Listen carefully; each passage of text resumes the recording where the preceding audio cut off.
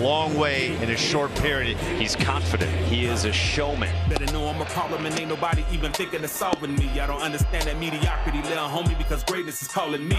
You can see in his eyes, he owns that mound. Fastball right down the middle.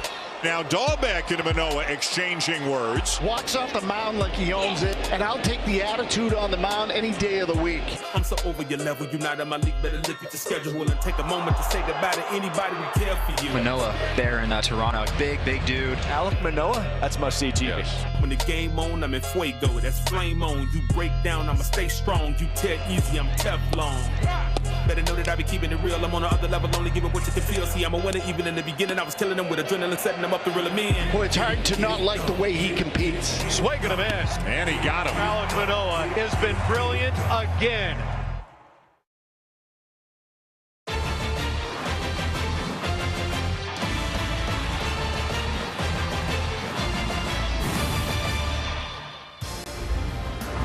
It is a muggy one today in Baltimore, and the Blue Jays are sending Alek Manoah to the hill against the Orioles. The last time he faced them, he dominated them at the Rogers Center. But this is a bit of a different opposition, as the Orioles are now just 3 games behind the Blue Jays in the wild card standings, 1 game out of a playoff position, and they're feeling pretty good about themselves. So Manoah has his work cut out for him tonight. Hey everybody, I'm Jamie Campbell. Joe Siddle is here.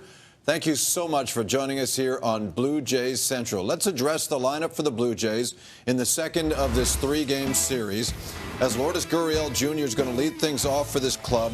Guerrero Jr. is on an absolute roll right now. His hitting streak is the best in baseball this year, and they have sat Teoscar Hernandez, so Matt Chapman moves up to the 4 spot. That's where he will hit.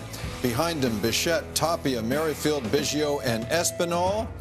And let us take you to Camden Yards, because the Blue Jays have added a new outfielder. For that story, Hazel May is with Ben Nicholson-Smith.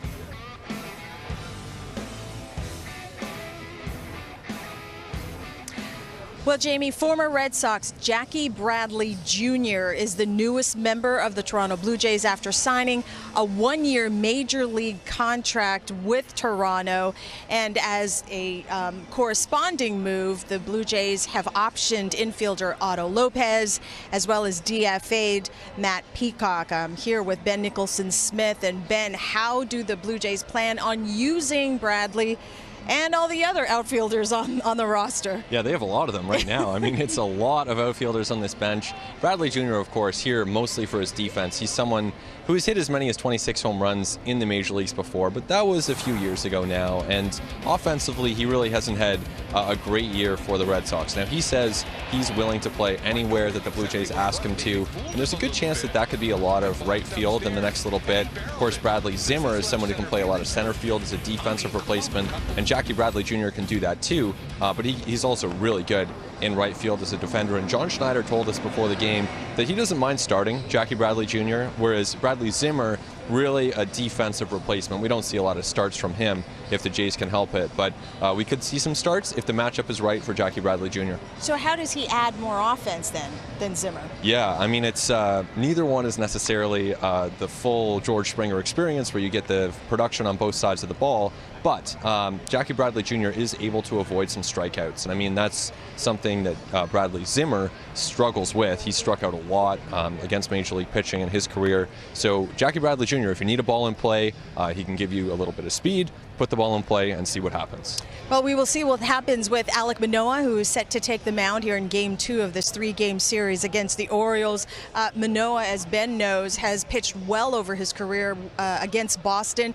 His last time he faced them back on June 13th, he allowed just 1 run over 6 shutout innings. And as Ben can attest to, and all those who have followed the Blue Jays over the years, the Blue Jays and Orioles have a history.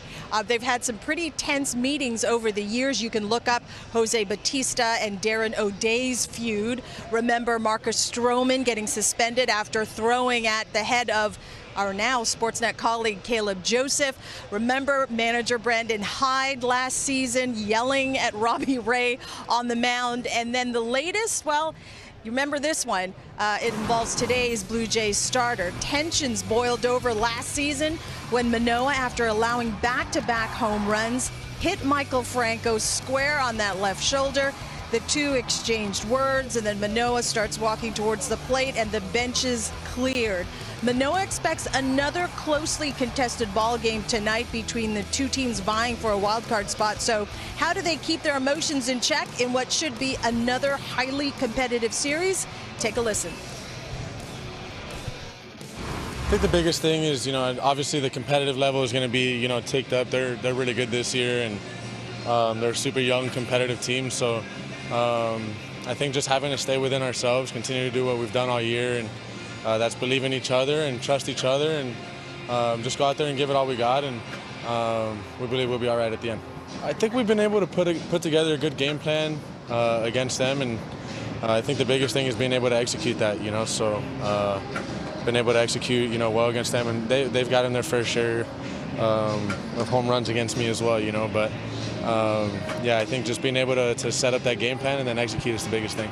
Speaking of home runs, that left field wall is back about 30 feet or so. What are your thoughts as you take the mound on the different dimensions there in left field?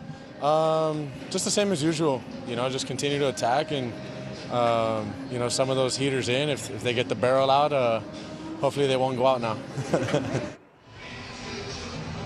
Hopefully they won't go out. Back with Ben Nicholson-Smith once again. Alek Manoah has 17 quality starts in his 21 outings this season. That is incredible for someone going into his first full major league campaign. I imagine, Ben, that the Blue Jays will keep a close eye on his innings pitched. They have to. They really do. He's been so important to them, not just this year, but long term. He's an incredibly important pitcher for them. Now, he is now at about a point where he has pitched more innings.